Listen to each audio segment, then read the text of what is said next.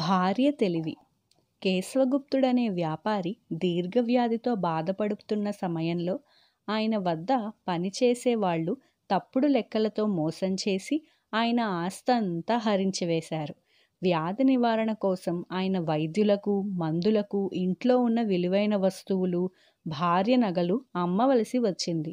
కొంతకాలానికి ఆయన వ్యాధి నుంచి కోలుకున్నాడు. కానీ కటిక దరిద్రుడైపోయాడు.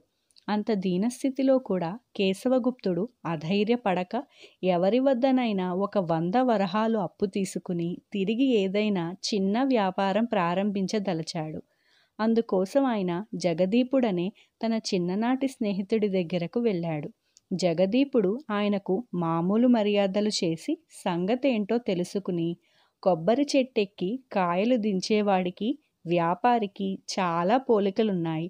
ఒకసారి వాడు చెట్టు మీద నుండి పడితే తిరిగి చెట్టెక్కే ప్రయత్నం చెయ్యడు, మరేదైనా వృత్తి చూసుకుంటాడు అన్నాడు. జగదీపుడు చెప్పదలిచినదేమిటో అర్థం చేసుకున్న కేశవగుప్తుడు వచ్చే కోపాన్ని ఆపుకుంటూ, ప్రమాదం జరిగిందని భయపడి నేర్చిన వృత్తిని విసర్జించి తెలియని మరి దేనికోసమో పాకులాడేవాడు పరమ బీరువు. పోలికలంటూ తెచ్చావు గనక చెబుతున్నాను. నేనే చెట్టెక్కేవాడినైతే ఒకసారి ప్రమాదం జరిగాక మరింత జాగ్రత్తగా ఉంటాను. వ్యాపారినైతే పనివాళ్ల విషయంలో ముందుగానే శ్రద్ధ వహిస్తాను అన్నాడు. ఆ జవాబుకి జగదీపుడు చురుక్కుమనిపించినా లేని నవ్వు తెచ్చుకుని, బాగా చెప్పావు కేశవా. ఏమైనా ఇప్పటి నా వ్యాపార స్థితి ఏమంత బాగాలేదు. ఒకవైపున నేను బాకీ పడ్డ వాళ్ల నుంచి డబ్బులు చెల్లించమని ఒత్తిడి వస్తున్నది. రెండో వైపున నా దగ్గర అప్పు తీసుకుపోయిన వాళ్ళు నుంచి డబ్బు వసూలు కావడం లేదు. ఇలాంటి సంకట స్థితిలో ఉన్నాను కనుక 100 వరహాలు అప్పుగా ఇవ్వలేను. ఈ 5 వరహాలు తీసుకుని వెళ్ళు, తిరిగి చెల్లించనవసరం లేదులే అన్నాడు. దానితో కేశవగుప్తుడికి తన స్నేహితుడి నిజరూపం తెలిసిపోయింది. ఆయన జగదీపుడిచ్చిన 5 వరహాలు తీసుకుని మరి 3 స్నేహితుల దగ్గరకు వెళ్ళి సంగతి వివరించాడు. ఆ స్నేహితులు కూడా తమ కష్టసుఖాలు ఏకరువు పెట్టి తలా 5 వరహాలు తిరిగి ఇవ్వనవసరం లేదంటూ కేశవగుప్తుడికి ఇచ్చారు. ఇలా తనకు 100 వరహాలు అప్పు దొరకడం అసంభవం అనుకుంటూ కేశవగుప్తుడు ఇంటికి తిరిగి వచ్చి భార్యకు తన స్నేహితుల ప్రవర్తన గురించి చెప్పాడు. జరిగిన దానికి కేశవగుప్తుడి భార్య చాలా విచారించి, ఇంత పట్టణంలో ఈ నలుగురేనా మీ స్నేహితులు? మీరు ఇక్కడే పుట్టి పెరిగిన వాళ్ళు, ఎంతో కాలంగా వ్యాపారం చేస్తున్నారు. స్నేహితులంటూ మరి లేరా అని అడిగింది. కేశవగుప్తుడు కొంచెంసేపు ఆలోచించి పెద్దగా నిట్టూర్స్తూ, చిన్ననాటి స్నేహితులు, వ్యాపారంలో లావాదేవీల ద్వారా స్నేహితులైన వాళ్ళు, స్నేహితుల వల్ల స్నేహితులైన వాళ్ళు ఇలా 40-50 మంది దాకా ఉంటారు అన్నాడు. అలా అయితే వాళ్ళ పేర్లు సుమారుగా ఏ వీధిలో ఉండేది ఒక కాగితం మీద రాసి ఇవ్వండి అన్నది కేశవగుప్తుడి భార్య. అందువల్ల ప్రయోజనమేమిటి?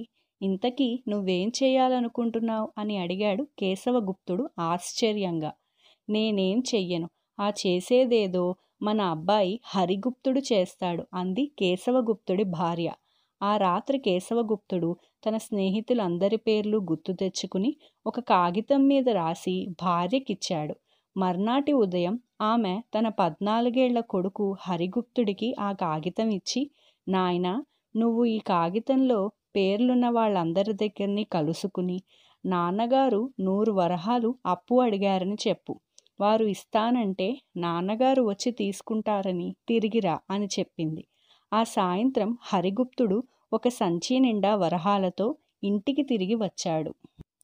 కేశవగుప్తుడు ఆశ్చర్యపోయి ఏం జరిగిందని కొడుకుని అడిగాడు. నాన్నా, నీ స్నేహితులు ఎవరి దగ్గర అప్పుగా ఇచ్చేందుకు 100 వరహాలు ఉన్నట్టు లేదు. కానీ ప్రతి ఒక్కళ్ళు చితికిపోయిన మీ నాన్న తిరిగి వ్యాపారం ప్రారంభించి వృద్ధిలోకి రావాలంటూ 5-10 వరహాల చప్పున ఇచ్చారు. ఈ డబ్బు తిరిగి ఇవ్వనవసరం లేదన్నారు కూడా అని చెప్పాడు హరిగుప్తుడు. కేశవగుప్తుడు తన భార్య తెలివితేటలకు చాలా ఆనందించి మనసులో ఎంతగానో మెచ్చుకున్నాడు.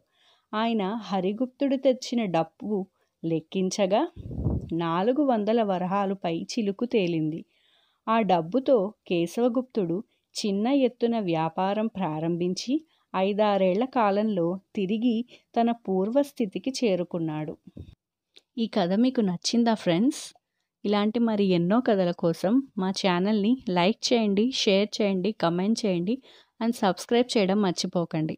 పక్కనే ఉన్న బెల్ ఐకాన్ని క్లిక్ చేస్తే మీకు మా నోటిఫికేషన్స్ అన్నీ వచ్చేస్తాయి. Thank you.